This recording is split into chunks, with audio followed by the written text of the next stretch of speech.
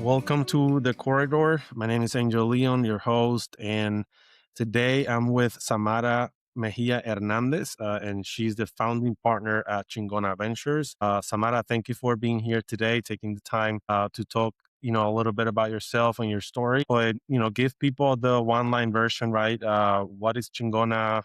Who Samara is, and where's the fun today? Yeah. So thank you for having me on. So Chingona Ventures is a high conviction pre-seed firm based in Chicago, invests all over the United States. We like to be the first check-in. Nothing's too early for us. We've gone pre-product, pre-name. You have to have an idea and a human, but other than that, we like great ideas. We always look for the Chingona factor, which is what's something pretty badass which in your life that you went through or that you did through the business. We love founders that have personally experienced the problem that they're solving, that uniquely understand their customer base in a very different way, especially now in the world of AI, which I'm sure we'll talk about. But there's this need for differentiation in terms of moats in the industry and connection and things that AI can't do just yet. But background on me, I was born in Mexico, moved to the US at a young age, and grew up in a dual language, multicultural, low income household. That's a lens I've always brought to my investing style. I always say I picked up math quicker than I picked up English. That's what led me to study engineering at the University of Michigan. So I'm an engineer by training. Worked on Wall Street during the first part of my career and went to business school, and then did an internship at a local venture fund, which I fell in love with. And why did I fall in love with it? Because my whole background in engineering is all about numbers and it's about data. And now you have a team and a dream, and you have to figure out whether or not to invest, which I found was crazy and I loved it. And I focus on super early pre seed because that's my favorite part. It's when you get to be the first check in, the first yes to many founders. And, we invest in all types of founders, but we believe that great can come from anywhere. And so, venture capital has historically been known for being very warm introduction, same networks. And so being in the Midwest helps see problems for everyday Americans outside of the Valley, see founders uniquely tied and close to those problems, solving them. And we get to be their first check-in, and we get to be, their first call when they get their first customer, when their product launches, give early feedback on product. And so I'm very fortunate and grateful to do what I do because it's the best job in the world. Very cool, Samara. And so, take us back to that moment, when you decided that, hey, I want to do my own thing, right? Like, describe that moment for you. What was it that moved the needle for you to decide I'm going to do this? This is the moment, right? And why Chingona, right? Because I know that for Mexicans, right, that's a statement, right? So why specifically that name?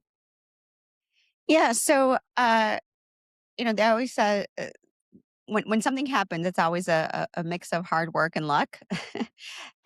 When I started in venture capital, I never thought I was going to start my own fund. I was just happy to be in my desk and do the work that I did. And frankly, never in my life did I see that I could start my own business. And when I was at my former fund, it was great. I got great experience. It was a small fund. I was the first full time employee outside of the partners, and I got a lot of flexibility to get involved in a lot of aspects of the business. So whether it was deal sourcing, deal execution, negotiation, setting up structure inside the firm, dealing with valuations, processes, anything operations, finance, investments. And I really think that provided a good insight into the overall how a firm works. And I didn't realize that until I launched my own firm. But when I saw an opportunity while I was there to go in earlier, especially in ecosystems that didn't have mature angel networks, to go with founders that didn't fit the traditional mold in terms of founder background, experience, and geography, and then go in industries that were growing, but VC was slow to fund. And so I went out actually to create an angel group. Like I didn't think that I was going to be able to launch a fund. And I happened to meet my anchor LP at the time, who was institutional LP. So unique in that my first fund was backed by an institution. Um, and they were looking to invest in something new, in a new type of thesis. And this was back in 2000, when I first started the conversation, late 2017, early 2018. So it was before the recent kind of early 2020, influx of capital, a lot of people starting their new funds. So it wasn't like I had seen a bunch of my friends start funds and get money. It was hard. It was very hard. But I had an amazing LP that believed in me and looked at me from a different lens. I wasn't new to venture, I was new to my thesis. Mhm. So technically I was a spin out, but I wasn't a spin out from Sequoia or Andreessen. I was a spin out from a local fund. And so I think that it provided the a unique perspective in that sense. And they took an early bet on me, which I'm grateful for. Uh, but it is, not everyone should run their own fund, or that's their passion. I Mhm. often say, like, if you don't have to do it, don't. There was just what I was given at the time, this gift, and I ran with it. Uh, but I think that there's a lot of, if you just like investing and if you can join a fund where you don't have to do the operations, the fundraising, all that stuff, and just work with founders all day long, right? But I also was trying to bring in a new perspective, new thesis.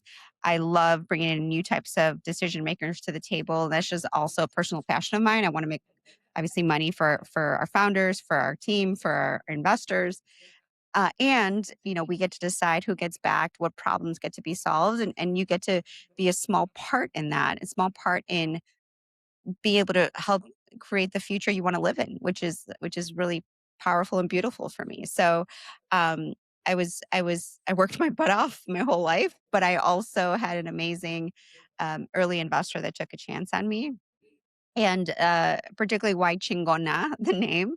So I was actually, I have to give credit to my sister who came up with it, my younger sister, who was not an venture in the past. And she said, why don't you name your fund Chingona? That's what you are. That's what you're investing in. I'm investing in badass founders.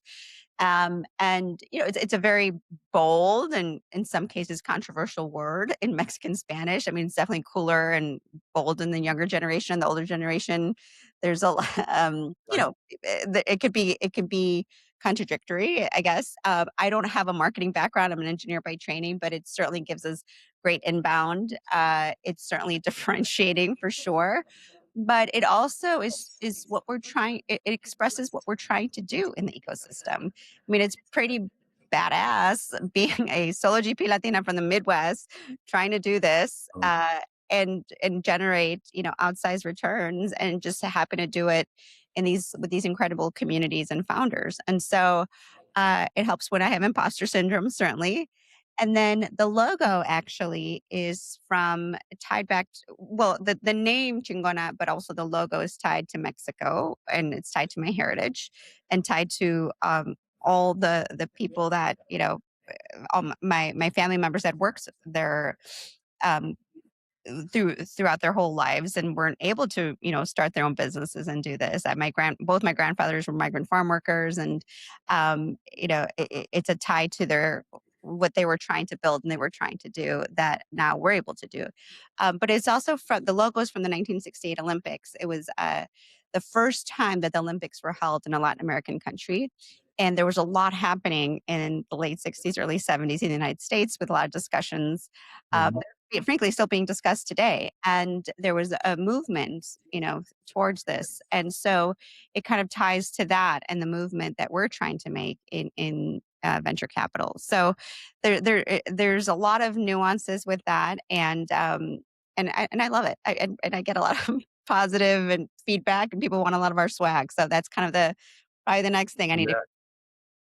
Yeah, that I love the cultural connection, for sure. I think that's it's very powerful, and it drives community, right? And Yeah. understanding and connection and belonging. So I do love that.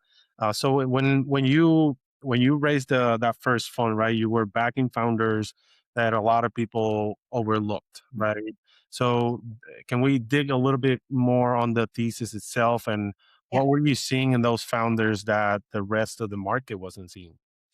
Yeah, I mean, early on, I had done a lot of office hours and I was a junior person at a fund, so I had to bring in a lot of deals. And I remember I would see not just across the industry, I would see these founders that had a lot of traction, a lot of experience, and they just weren't getting funded. Um, and some other founders had just a very different experience fundraising. Um, as in and to be very specific, so in one instance, there was this woman of color that was, a mechanic, and she had been a mechanic for 20, 30 years. Her whole family was mechanics, and she built this platform to automate the whole process and from payments to, running the business to how to identify, diagnose issues with cars. And she had revenue. She had never raised a dime of capital, and I had done office hours with her, and she pitched a bunch of VCs. Everyone passed on her business, and then I would see founders within a decade an idea, and they just came from whatever big tech or whatever Ivy League or whatever network, and got 3, 4 million with a decade an idea. And I'm Hmm. like, okay, but it was not just once. It was data point, years of this happening, right? Or even this other woman that came in that she had just had her baby, and she I was in a building with a bunch of VCs, and she checked in to see me, and I go downstairs. I'm like, oh, I don't have you on my calendar. I'm back to back. I'm sorry, did I get double booked? And she's like, no, you're just the only woman VC I see here, and I need to pump. And so I just need help finding, because I'm in these meetings, right? And so I was like, "Oh, this is interesting," right? And then having gone through my own fundraising journey, you see the difference, and frankly, much hasn't changed since I've been in venture capital for 12 years. And so, and it's not just, I'm not just talking about women and minorities. You can have a guy in the middle part of Illinois that has this amazing idea that has interesting traction, and they just don't have the network and the experience, but they're solving this really um, big problem in the industry. They're closely tied to it. They have millions in revenue, but can't, raise money. And so for me, I thought, okay, well, I take a trip basically every week out to the coast, and seeing that kind of the bridge with the Midwest to the coast. There's a lot here, right? Great innovation doesn't just have to happen in Silicon Valley. Great innovation can happen anywhere. We're focused on anywhere in the United States. And we also think that, some with these founders, maybe they don't come from Ivy League, maybe they don't have the network, but they know the business inside and out. They know it before anybody else, better than Hmm. anybody else.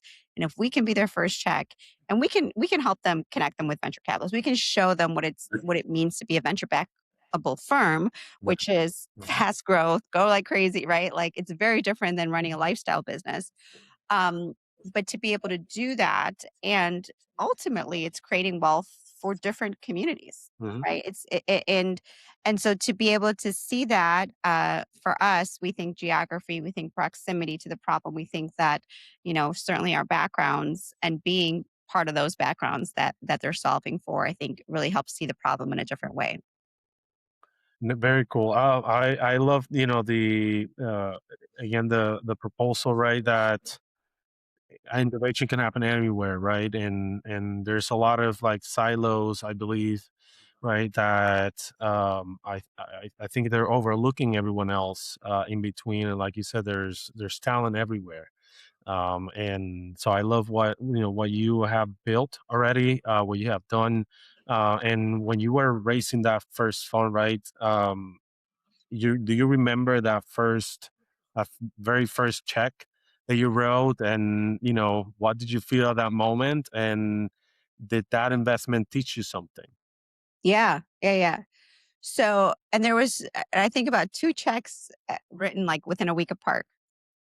The first check is our one out of business already, and the second check is our best performing. And that just shows what venture capital is, right? But Mhm.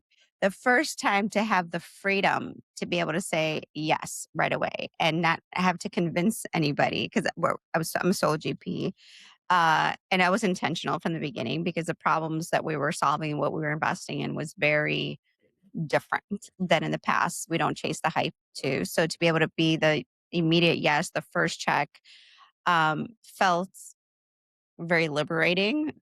but also like, oh wait, like this is liberating, but also, um, you know, there's something to being first because you're like, I'm either a genius or I'm really dumb, right? Or like I'm the first check in, so I get other people in, or there's a reason why nobody else is coming in. What Yeah. was great is that I had 5 years of experience investing in venture prior to that. So there's a lot of things that I brought to the table. There's some things that I unlearned. There's some things that I learned that I had to keep, like investing in in uncapped safes, which are, I think, unsafe. Yeah. Like I think that there's some things that I'm so grateful to my former partners that gave me that flexibility. For instance, when I started, I was like, oh, yeah, I know how to do valuations. I know how to create this policy. Oh, I know how to do this cash flow. I know, like, there's stuff that I didn't realize until I started my own fund and I was advising other fund managers on how to start their funds, or talking to LPs about the biggest risks and in some cases operational risk.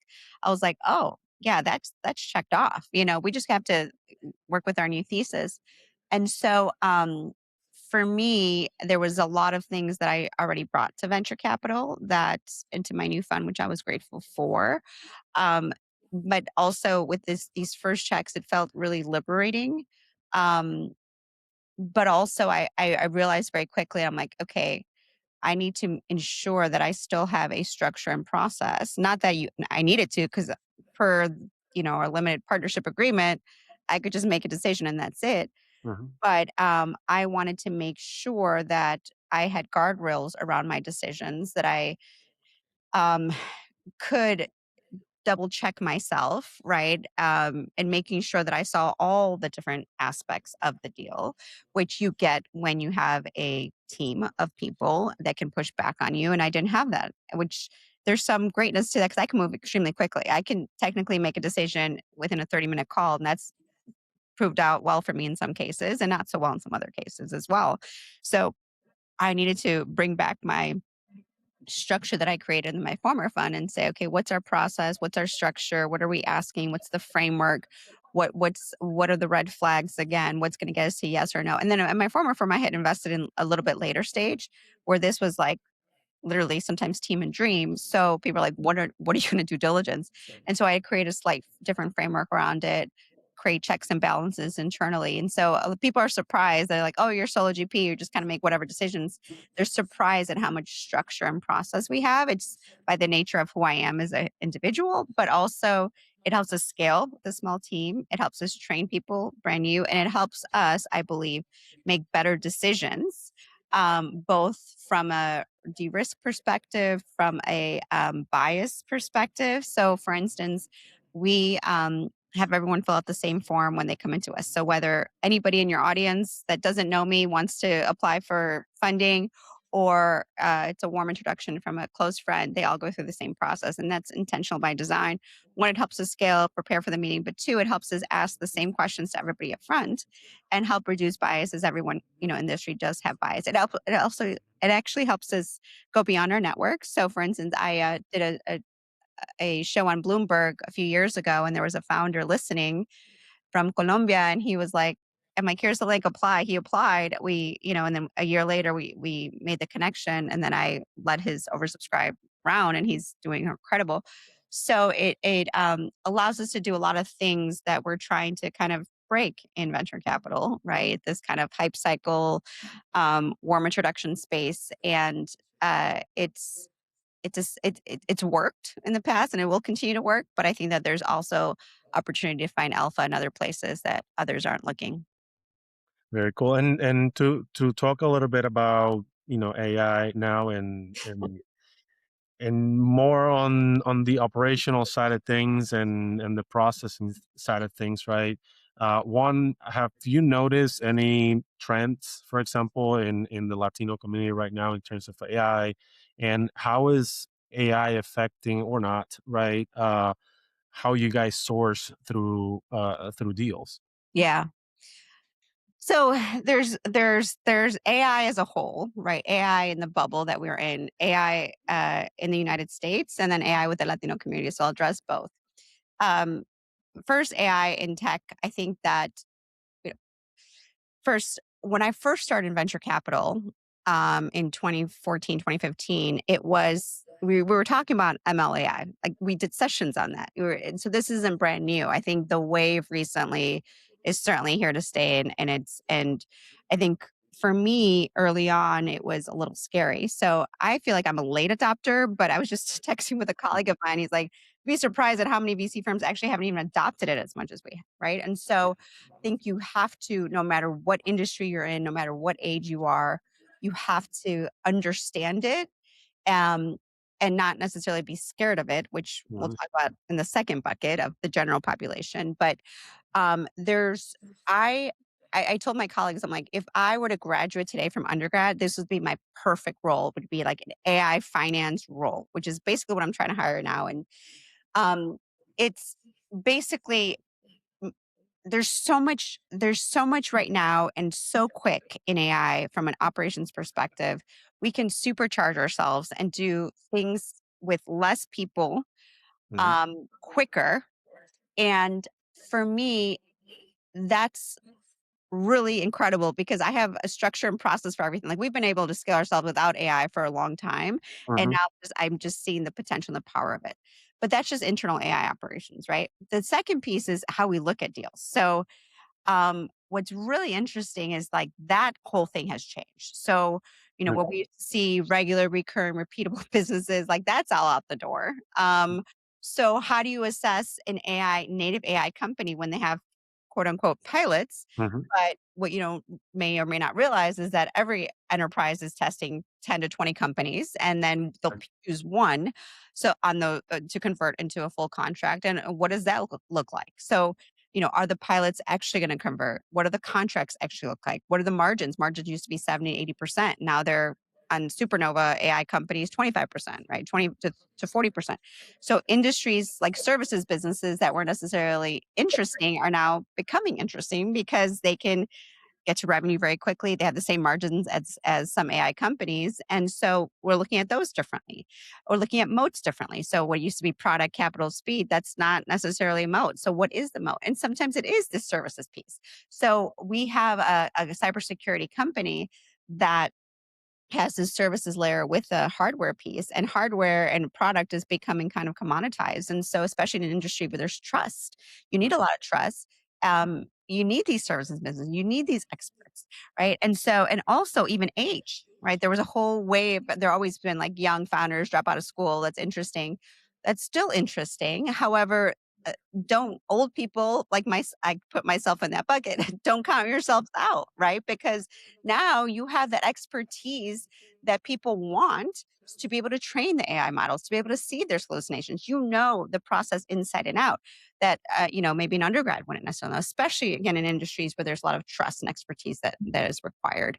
And there's also certain industries that like financial technology and infrastructure. And I got a inbound for a company that's you can send money with a text message with using AI. I'm like, whoa, I see a lot of regulatory issues here, and so maybe that might change over time. But there's regulatory industries where that can even be a moat. There's hardware where that could potentially be a moat. There's services, so things that we used to not think about it as venture capital exciting has Mhm. now become exciting. And even how we think about exits. So historically it would be like, okay, you raise a ton, hire a bunch of people, raise a ton, hire a bunch of people, right? And that's the thing.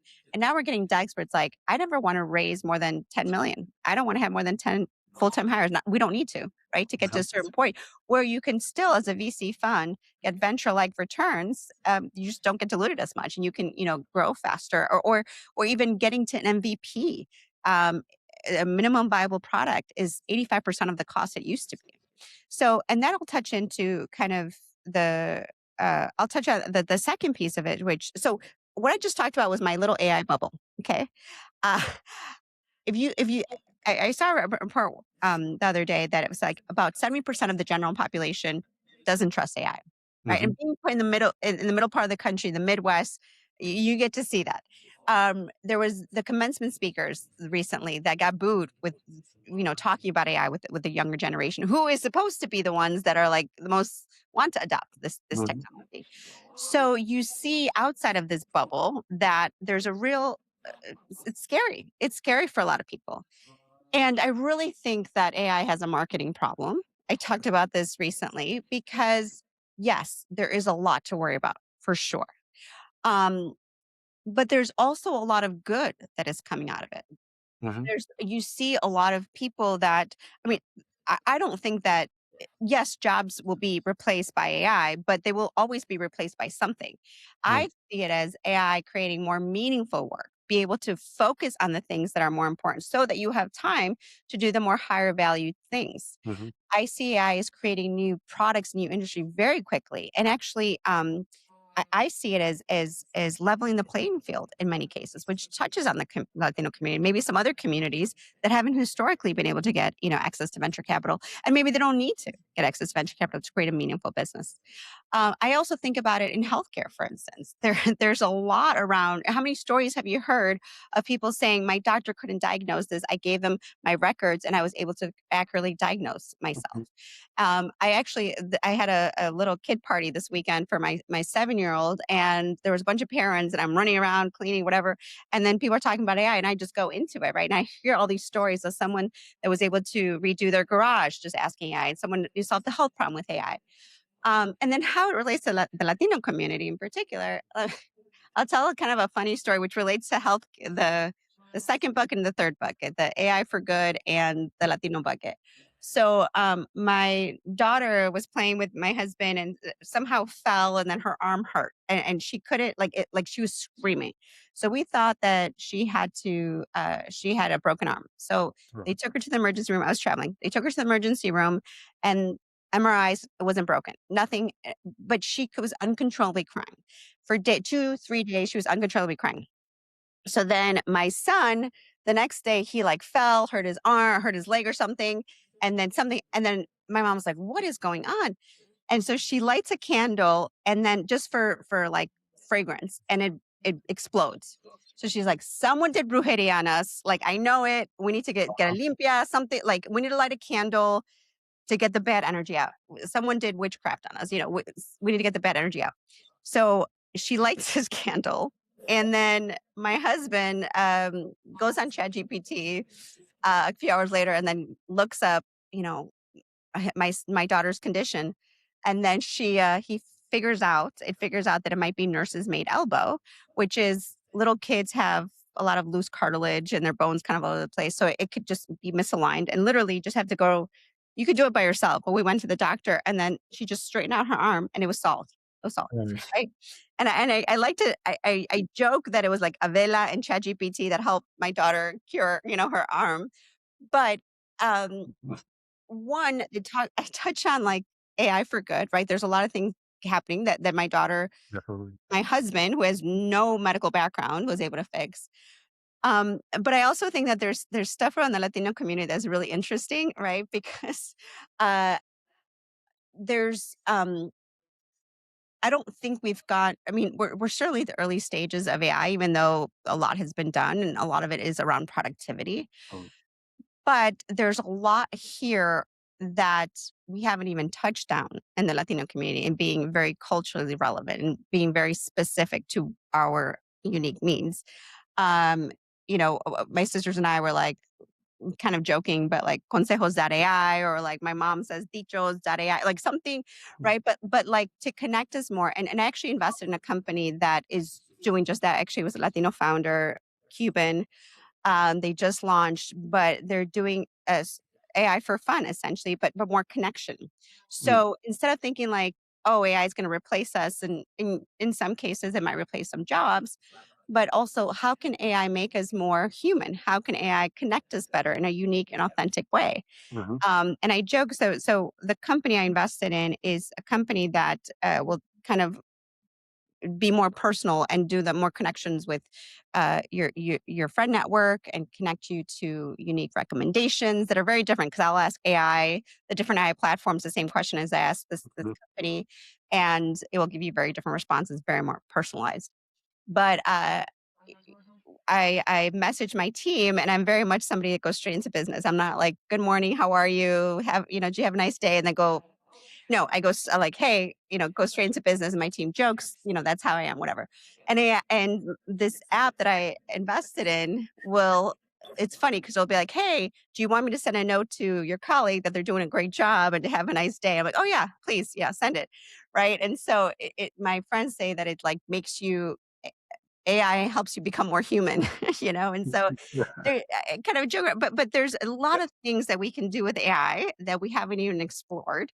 Mhm. I think we're in the early innings, and I think it has a marketing problem too that I think we need to leverage, but also be very realistic about it because there are a lot of, with the data centers, a lot of environmental impacts that we need to be aware and not ignore. Mm. And it's happening, but like, how do we counterbalance that with some good I'm not sure what the right solution is, but I think we are all smart enough and we can get together to help with that.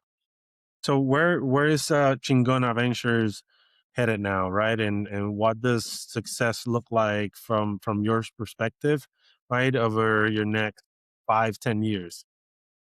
Oh, we got to make money. We got to make more money than any other, fun in my vintage. Okay. I no, no, no, we're in this business for that, right? But when the beauty of who we hire to who we invest in to who invests in us is that we m bring back, bring some of that wealth into these communities, right? And so, um, and whether that's LPs that are, focused on specific types of communities or startups that are focused on certain geographic areas or solving certain problems, that for us is number one. And we just get to be I'm just grateful that I get to choose the team I do it with and the founders that I do it with. And we have some amazing LPs. One of them, for instance, is Pivotal Ventures, that it's Melinda Gates Foundation, and so they have invested in us. They believe that women can should have a lot more of the wealth and help other women create the wealth, which is incredible. We have the Illinois State Treasurer that has the money that we make will go back to the Illinois residents, and so for us that is very meaningful, and certainly a lot of pressure, but it's like you're making money and you're impacting these other communities, which is wonderful for me. So that's number one. And to be able, look, I was telling somebody just in the call before that I love what I do. This is the best job in the world, and I'm so grateful for that. To be able to be this tiny check into somebody's business and to be able to help them get to solve a problem with the technology that they're using is pretty incredible. And so Yeah. success for us is to continue to be able to do this with this next fund. Definitely, and hats off to you, Samara, and your team for everything, right, that you guys are doing, and for the founders, right, that are listening to this right now, and that may feel a little bit overlooked, right? What's your advice, and where can people connect with you more than anything Yeah. else? Well, you just need one yes. So you're going to get maybe 10,000 no's, and you just need one yes. And that could be from a venture capitalist, that can be from a family member, that can be from a grant, that can be from a customer. Ideally, it's from your customers, right? But you just need that one yes. And you don't have to have everybody believe in what you're doing. Um, you have to have just early believers that are with you. And we like to be that for many founders. So if you want to reach out to us, go to www.chingona.ventures. Wait, www.chingona.ventures. So our website, apply. I promise you, we see every deal that comes through the door, and we get to back to founders within 24 hours on Okay. whether or not to take a first call. So please, and by the way, this has happened. I kind of mentioned earlier that I was on Bloomberg. I said the same thing. A founder came in and we invested in his round. So we do want to hear about your business. Mhm. Um, but also, particularly for the Latino community, it's really important for us. We're not often taught, especially if you come from lower income environments, we're not taught to take risks. We're taught to be safe, right? And uh, I've had to push myself and push others to to take on more risk, to be okay to fail, particularly for women, right? Because you're taught to be perfect. So Mhm. failing Mhm. and trying is more important than getting it perfect. And now is the time to take the risk. And as I said before, it's not that everyone has to start their own fund or everyone has to start their own company. If you don't want to, that's okay. But being able to be in a place where you have meaningful work and you feel that you go there every day and you're making a difference where you want to make a difference. I think that's really powerful. And if that means that you take a little bit more risk, if that means that the probability of failure is 90%, but you tried, I want to push us a lot more to get there because that's when, we can really drive change. Definitely. Thank you so much, Samara. This was definitely, the conversation I really hoped for. And we got to listen to your story. Such a powerful mission, such a powerful, uh, work that you guys are doing for the ecosystem. So to that, I really appreciate that. And to the listeners out there, Samara Hernandez, again, the founding partner of Chingona Ventures. Go check them out. You guys are probably on socials, right, as well, LinkedIn and etc. So just search for Chingona Venture. I'm sure it's like the only one. And thank you so much for being here and taking the time to tell your story more than anything else, and open that up for the audience, Samara. Sounds good. Thank you so much for having me on. Thank you, everyone.